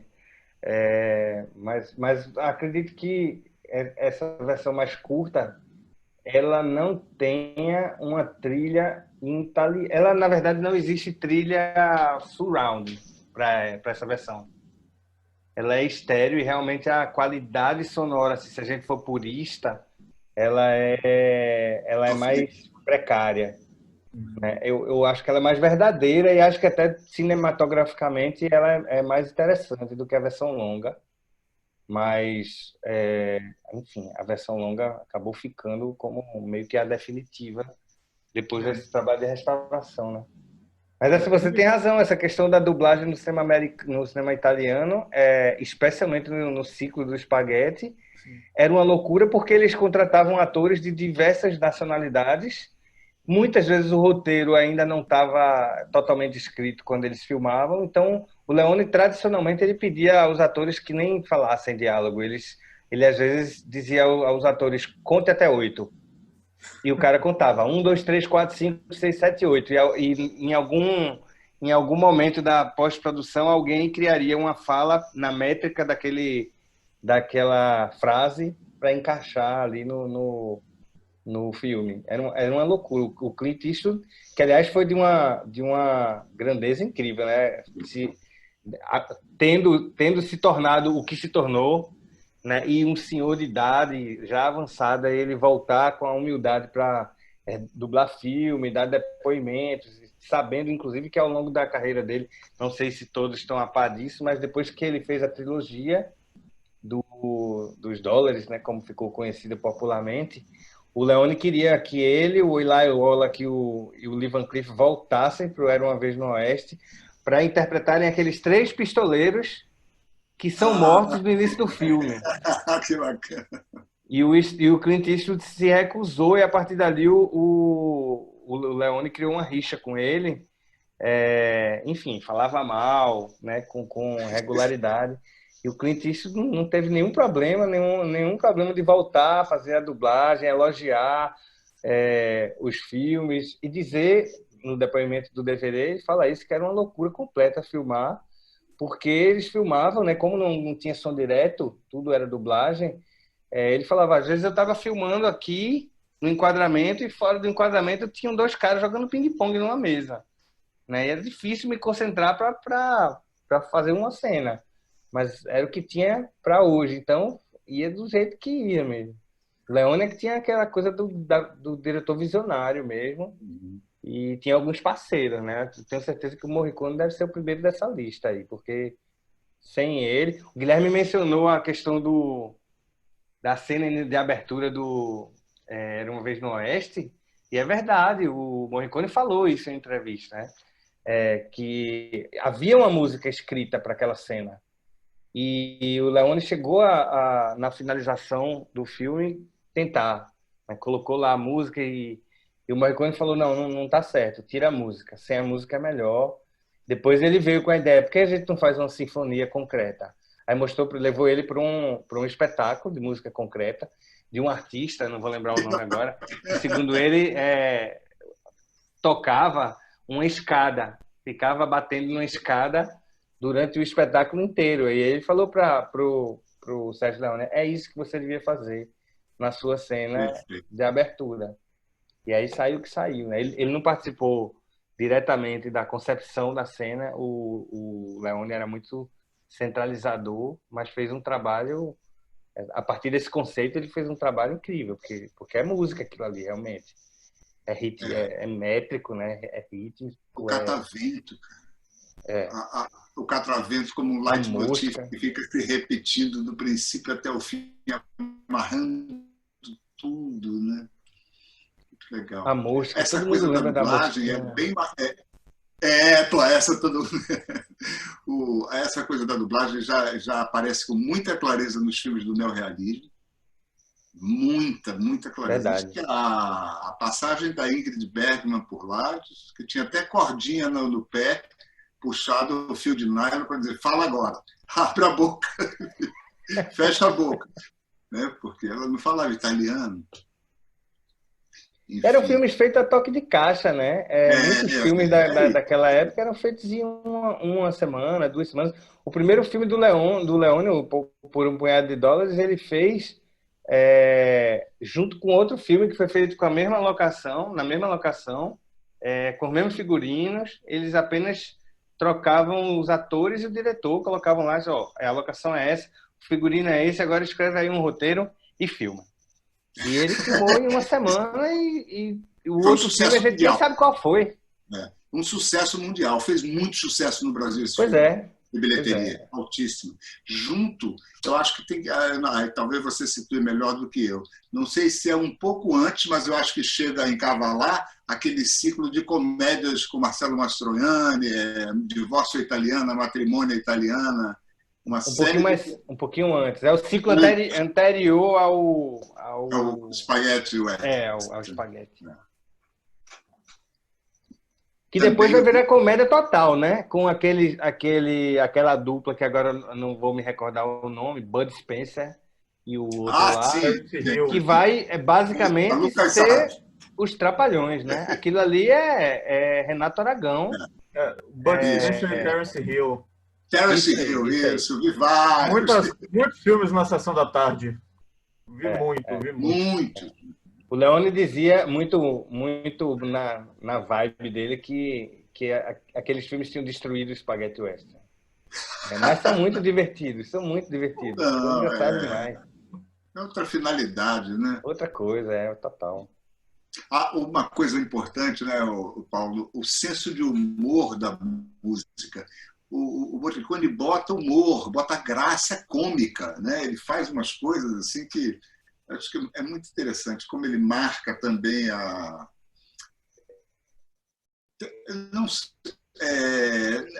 questão da aderência a um personagem, né? A aderência afetiva a um personagem é uma coisa que fica flutuando. É lógico que a nossa tendência é pelo bom, né? Mas eu acho que você falou uma coisa perfeita, Guilherme, que é o predomínio do Eli Wallach a biografia do Freire deixa claro que o Eli Wallach roubou a cena completamente. No meio do filme, todo mundo estava apaixonado por ele. Clint Eastwood estava enciumado e ninguém sabia o que fazer direito. Isso aconteceu de fato. Aconteceu de fato. Ele roubou a cena total. Ele arrasa naquele filme. Não, esses bastidores de Guilherme sempre fazendo os bastidores. O Rodrigo sabe tudo. E essa escalação do Eli Wallach para um personagem latino hoje provavelmente daria problema, né? Escalar um cara branco, judeu, para um personagem latino. Ainda mais na condição, como o Guilherme falou, né? Um personagem que é sempre rebaixado. Ele tenta ser esperto, muitas vezes sempre se dá mal, né? E eles acham que vai se dar bem e ele sai na pior o tempo todo. Ele é covarde, né? Ele se entrega na tortura, diferente do Eastwood, que o cara nem se dá o trabalho de torturar, porque sabe que o Eastwood não vai ceder, né? É um personagem que é divertidíssimo, claro, mas hoje talvez ele não seria feito dessa forma como ele foi feito no filme, assim. Ele é o mais nitidamente, moralmente rebaixado, né? Sim. O mais amoral deles todos, ali dos três. Os outros têm uma espécie de código de ética, né? Tem uma honra, assim. Principalmente o Eastwood, né? Que essa coisa desse herói estoico, né? Ele não fala, ele é duro, ele é bruto, mas na hora ele se manifesta, como na cena da ponte, né? Eu estou vendo essas pessoas morrerem por nada, então vou honrar. E ainda é generoso, deixa o cara vivo. Deixa ele E com dinheiro. Fica lá o saco também de dinheiro, né? Verdade. E a música do Cemitério, né? Eu concordo com o Rodrigo. Para mim, é uma das grandes trilhas musicais do cinema, né? Se eu não me engano, é o Ecstasy of Gold, o título, né? O êxtase do ouro. E a música dá exatamente isso, né? Começa meio sereno ali, aquele... É isso. Aí vai. E aí você chega mesmo no êxtase, você sente aquilo, né? É isso, é como o Zozeto falou, é quase videoclíptico, né? Vai naquele crescente, ele vai chegando e literalmente esse êxtase do ouro vai tomando esse personagem, né? E ele vai ali tropeçando e cavando, né? E correndo em círculos pelo cemitério louco, né? Do desejo do ouro, do dinheiro. E a música transmite, é apoteótico até, porque eles foram 2 horas e tanto, 3 horas, dependendo da versão, né, construindo para a gente chegar naquilo ali, né, e aí vem essa música deles, e a música também do Truello, né, o duelo de 3, né, que também vai nessa vibe, e aí vai essa montagem que é para dilatar o tempo, né? Esses três pistoleiros formidáveis se estudando, né, e com a maior cautela em cada movimento, porque sabe que qualquer coisa eles vão morrer, porque são três grandes pistoleiros que lutaram o tempo inteiro para chegar naquele ponto, né? Ninguém quer recuar, mas ao mesmo tempo eles reconhecem a habilidade do adversário, então fica ali, né? O olho, a mão, a espora, o não sei o quê, né? E a montagem cortando e dilatando esse tempo, porque a gente sabe que a qualquer momento alguém vai fazer um movimento e vai explodir aquilo ali, e alguém vai morrer, né? Que é algo muito presente no western do Sergio Leone, principalmente, né? A cena inicial do Era Uma Vez no Oeste é exatamente isso, né? Os três parados ali, esperando, e a gente sabe que aquilo vai estourar a qualquer momento, né? A qualquer momento alguém vai fazer um movimento e vai morrer, né? Até numa chave cômica, a cena do feio na banheira é isso, né? Do nada o cara tá com a pistola dentro da água. Como aquela pistola de tambor não entrou água na munição? Porque ali é aberto, né? Não é de caixa, não é fechado, né? Não é pente. Em tese não deveria disparar aquilo ali, mas, né, enfim, é a ficção, né? A delícia da ficção é exatamente essa. Enfim, era mais ou menos isso. Muito interessante, muito interessante. Que filme, gente, que filme. Que prazer ter a oportunidade de rever esse filme. E agora, né, trabalhando na área da educação, né, ligada a cinema, de pesquisa ligada a cinema, é um outro prazer, né? Outro prazer. Muita coisa que eu certamente não me dei conta na hora, né? 12, 13 anos de idade, 14. Só o filme mesmo, né? Aquela coisa da história que está passando ali. Você não fica prestando atenção em plano. Olha que plano lindo, não existe isso. Eu acho que tem uma questão também importante, Guilherme, que na verdade foi a razão de ser da minha tese, né? O meu problema de pesquisa, como diria o meu orientador. Eu sempre achei, assistindo esses filmes, que eles eram mais influentes para o cinema que é feito hoje do que as pessoas costumam acreditar, né? Porque mesmo naquela época nem se fala. O Spaghetti Western era absolutamente massacrado pela crítica por ser considerado uma paródia mal feita de um gênero do mais americano dos gêneros, né? Na verdade. E especialmente pelo fato de estar sendo feito fora dos Estados Unidos. Então, quem raios são esses italianos que querem brincar com a nossa história, né? Então, os críticos americanos, eles acabavam com o Spaghetti Western, e o pior de tudo, assim, a cair do cinema só começou a perceber que havia um potencial subversivo político ali naqueles filmes, com o Sérgio Daney já na década de 70. O Sérgio Daney é o primeiro crítico grande que vai dizer, não, peraí, tem coisas a mais aí nesses filmes que a gente não tá levando muito a sério. O Leone era criticado por ser muito barroco, o que hoje é considerado qualidade, né? A gente está discutindo aqui os barroquismos dele, como os franceses chamavam. Mas eu ainda acho, no momento em que eu me debrucei sobre a tese, que a influência que ele teve para a evolução da gramática cinematográfica em direção a essa coisa do close, da câmera muito perto do rosto, do movimento constante da câmera que não para nunca de se mover, de estar cada vez mais valorizando a questão do corpo. Isso aí vai estar impregnado no cinema de ação, particularmente no cinema de ação contemporâneo. E se a gente for abrir um livro de história do cinema, vamos falar de Godard. Não é que Godard não tem a importância dele. Claro que tem, fez coisas incríveis, o jump cut, o falso raccord, como queiram. Mas, enfim, Leone lá fazendo os filmes baratos de $200 mil dele, foi responsável por uma parte da estilística contemporânea do cinema tão grande quanto esses grandes autores que a gente celebra hoje em dia, sei lá, Bergman, Antonioni, Godard, Truffaut, enfim, Fellini, né? E tantos outros. Então, não tem um lugar nessa turma. É pena que ele filmou tão pouco, né?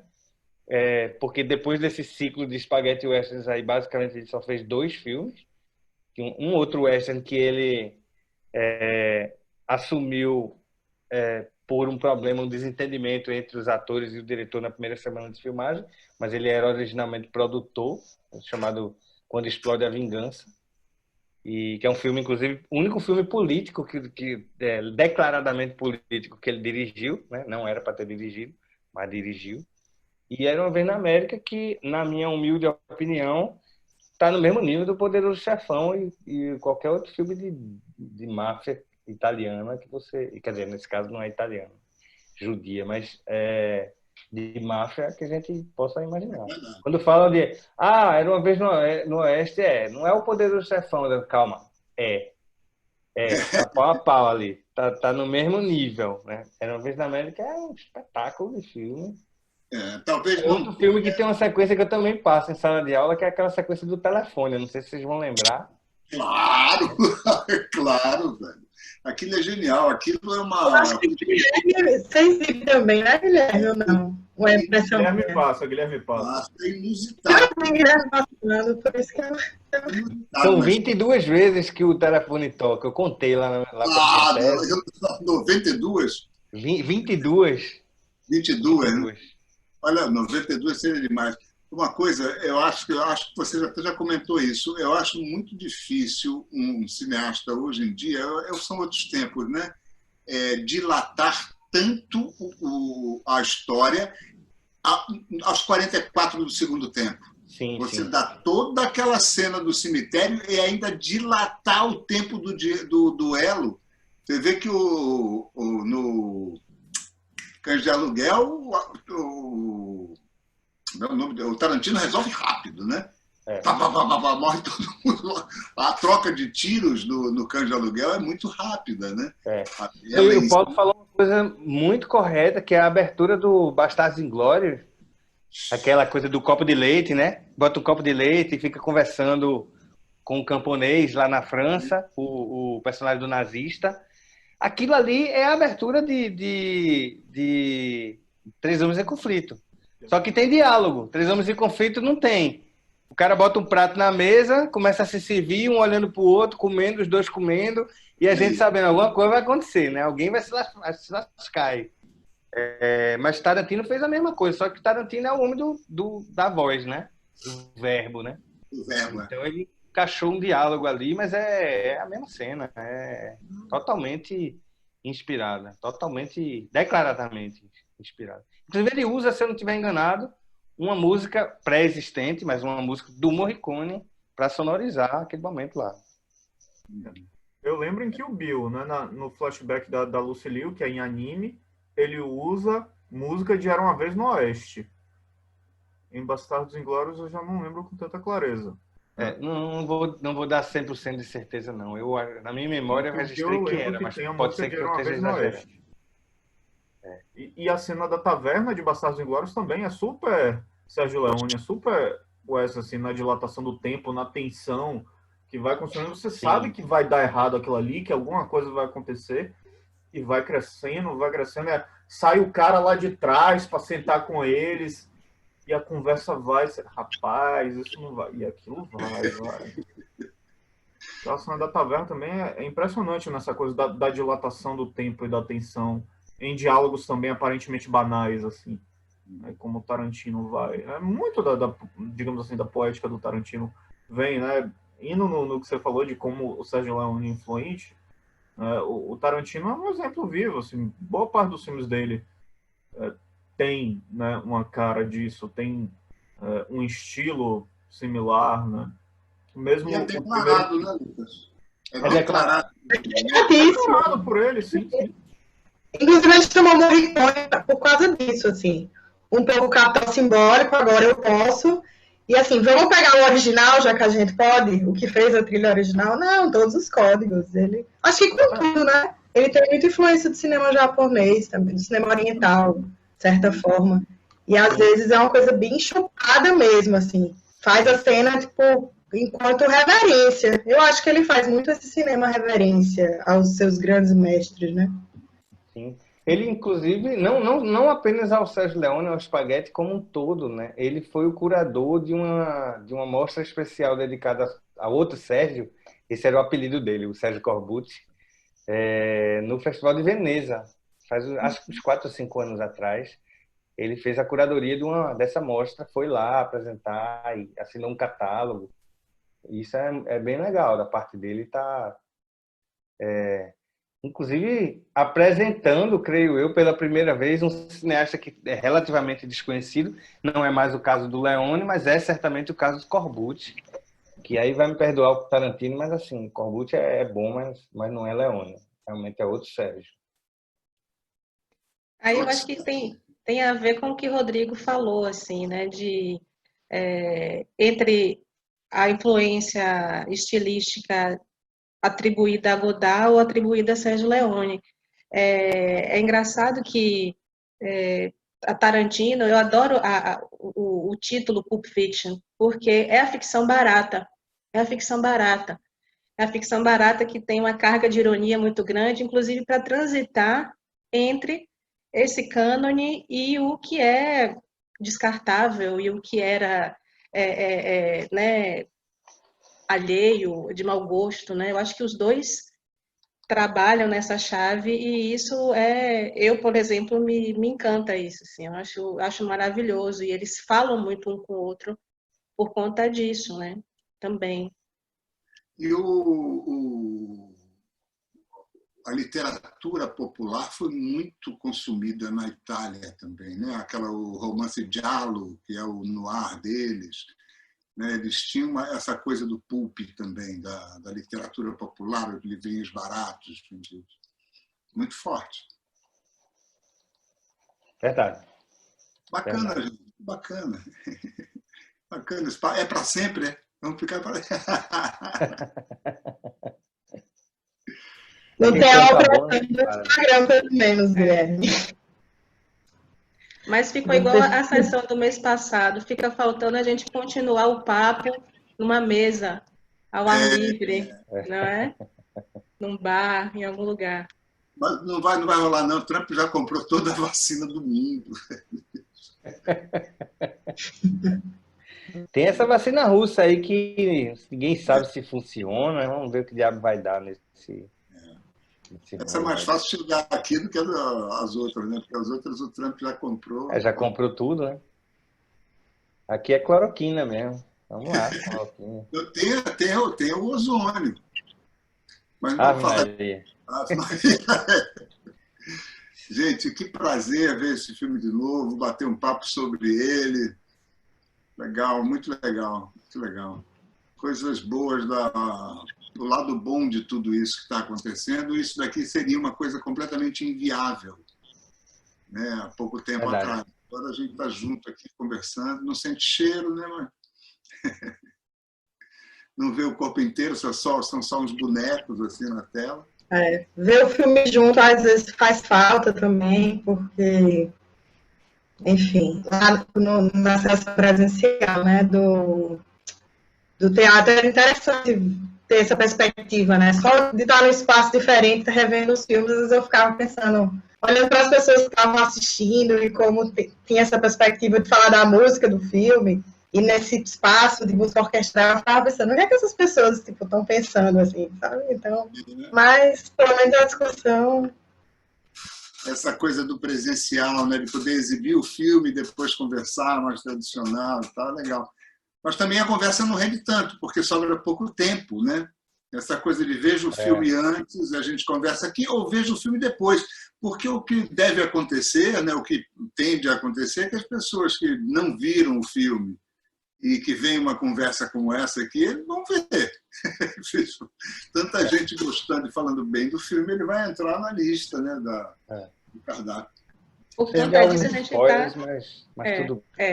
A gente está até aproveitando, né, agora a possibilidade de não ter a sessão, de colocar na roda filmes que a gente nunca botou porque não dava tempo, né, de assistir Como Pois é. seria o caso desse, por exemplo, né? De assistir junto e depois comentar. Era uma vez na América, por exemplo, Aí isso não é um cineclube, é uma rave, é um... A versão corrente dele é 4 horas e meia. Vixe. Aí, o do Scorsese, agora eu esqueci, o irlandês, né? Foi criticado. Imagine Era Uma Vez na América, pelo amor de Deus. O corte do diretor de Apocalipse Now, também o Redux, que é também 3 horas e 50. E eu acho que ano passado, retrasado, ainda teve um outro corte.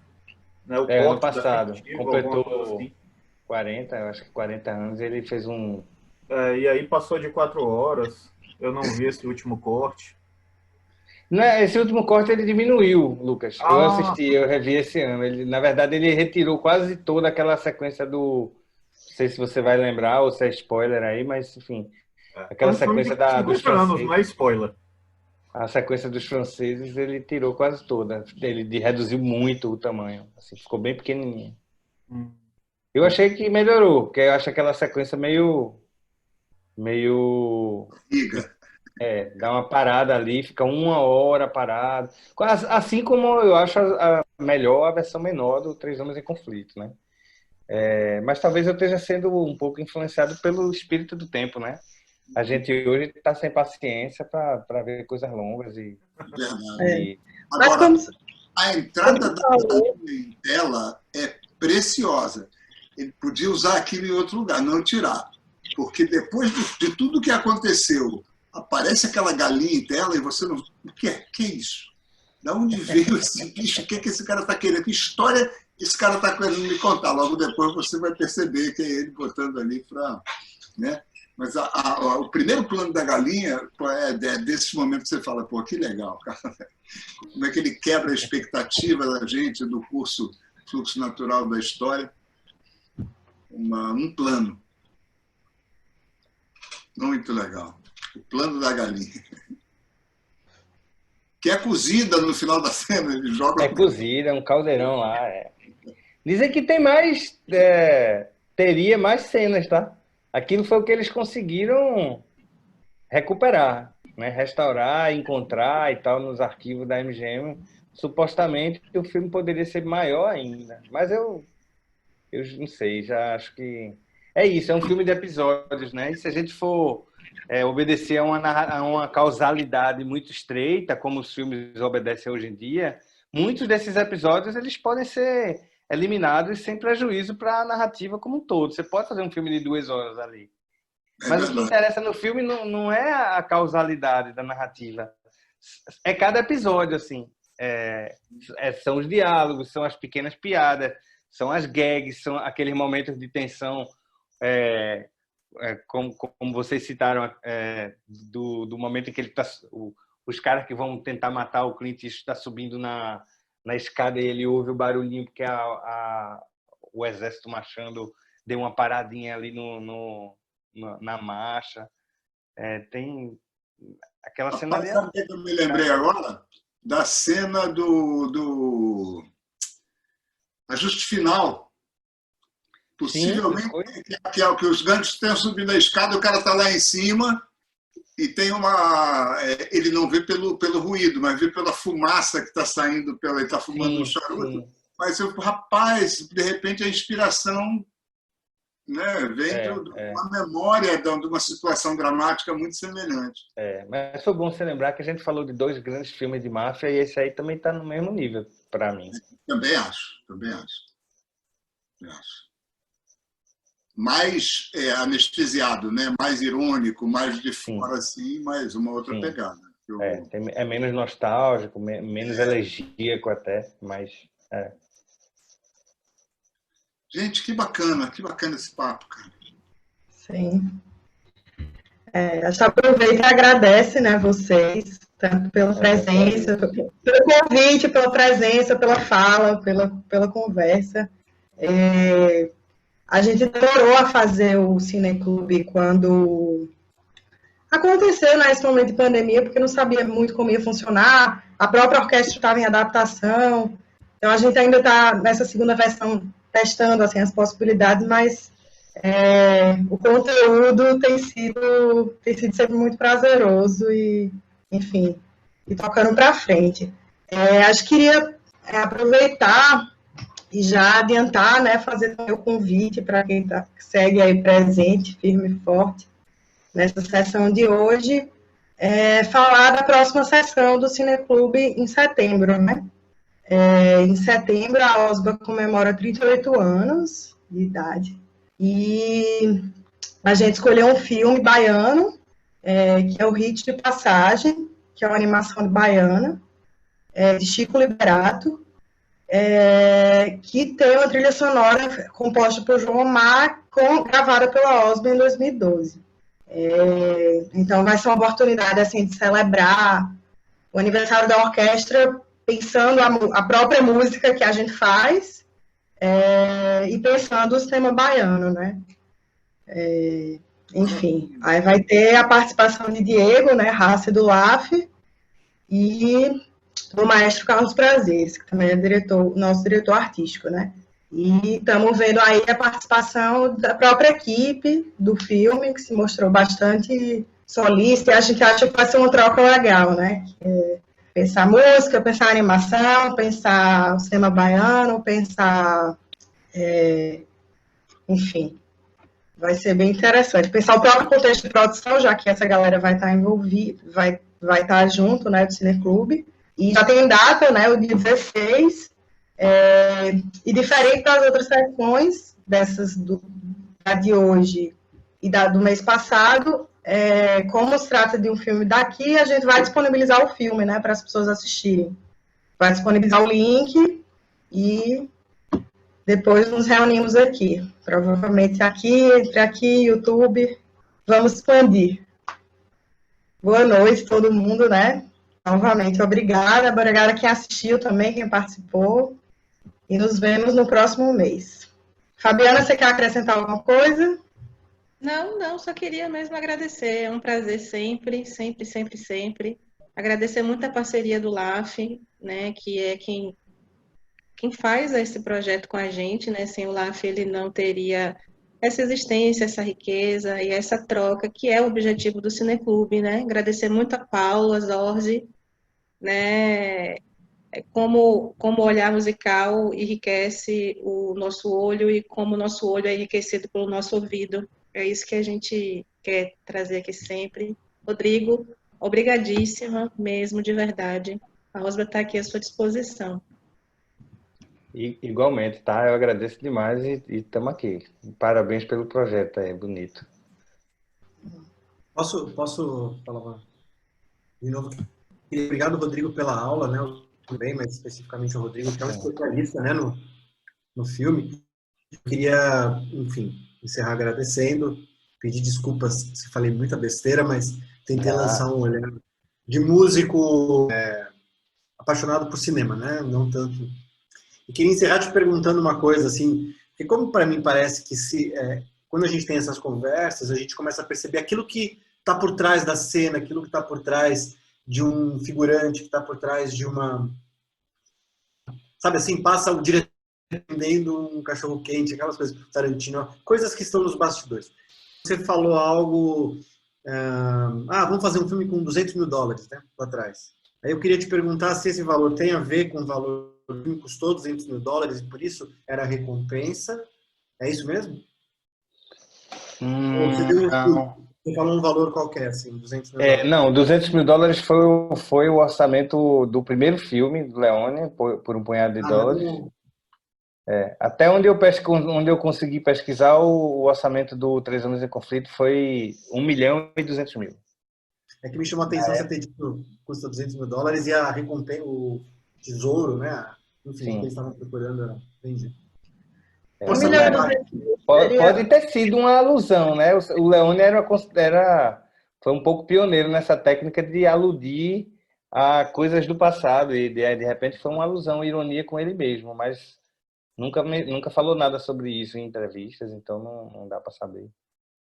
Mas obrigado, muito aula, muito legal. É isso, gente. Obrigado a todos também. Adoro esse projeto. Obrigado, Rodrigo. Obrigado, Paulo. Também. Maravilha. A Paula foi muito boa, Paulo, muito boa mesmo. Eu acho que essa parte musicológica, Sim, e sim. não só musicológica, você fez uma análise boa da estrutura dramática também. Também, é verdade, é verdade. Foi show. Gostei Isso demais. foi inspirado, eu tenho que confessar, assim, se esse projeto tem a gente pode identificar alguma coisa boa nesse projeto, foi que eu devo ter participado das 5 edições, assim. Eu aprendi muita coisa ouvindo de vocês do que está por trás da cena. A gente vê a cena e tem como se fosse de uma voz, né? Conforme vocês vão dissecando, vocês vão falando, começa a aparecer o contrabaixo, começa a aparecer o fagode, começa a aparecer o tema inteiro. Você sabe assim, aí eu vou aprender.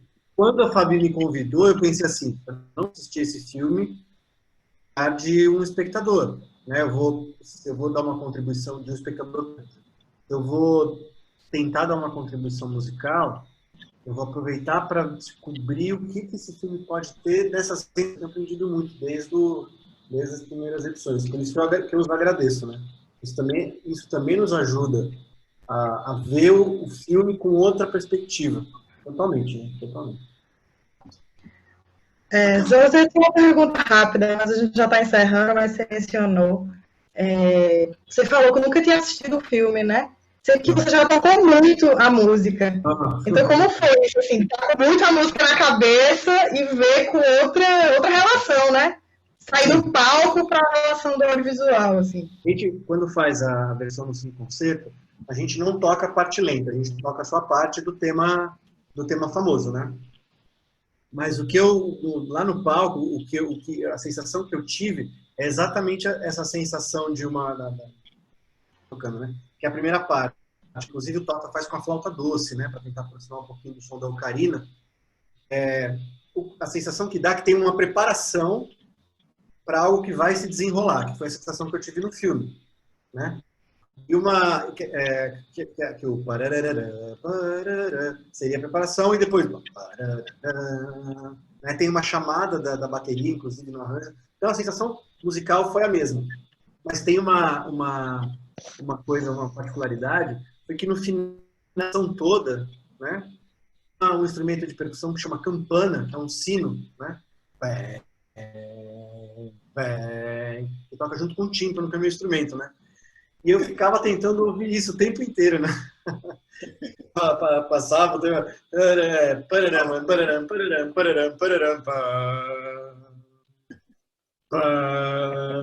eu acho que, né, na versão original ou tinha algum corte diferente ou não tem a campana igual no arranjo que a gente tocou. Agora eu fiquei em dúvida, né? Eu tinha sempre a sensação do meu instrumento mesmo, mas a mesma sensação de um tempo de alguns silenciosos. É uma música que acontece por si só, né? Ela não tem... As notas são... costumo dizer assim, que é que nem Gustav Mahler, né? Lógico, assim, quase um sacrilégio que eu vou dizer, mas o Mahler, ele deixou tudo tão perfeito, assim, dentro daquela complexidade, as notas todas no lugar, os caráteres, os músicos que são capazes de fazer, pronto, aquilo já sai com cara de Mahler. Eu tenho essa sensação do Ennio Morricone. Tá pronto, sabe? Quando a gente ensaiou, foi um ensaio, muito rápido, foi de um dia para o outro, né? Eu estava mudando o repertório. Então, essa sensação, a mesma de assistir ao filme e ficar por referência. Né? Assim, vai entrar então isso aí, agora vai entrar tal. É mais ou menos isso. Gente, boa noite. Boa noite. Obrigado, gente. Obrigado. Tchau. Show. Tchau. Quem fecha a sala? E nada.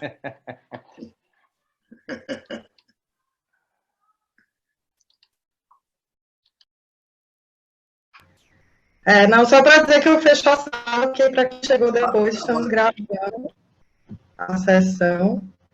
E é isso. Até a próxima. Até a próxima.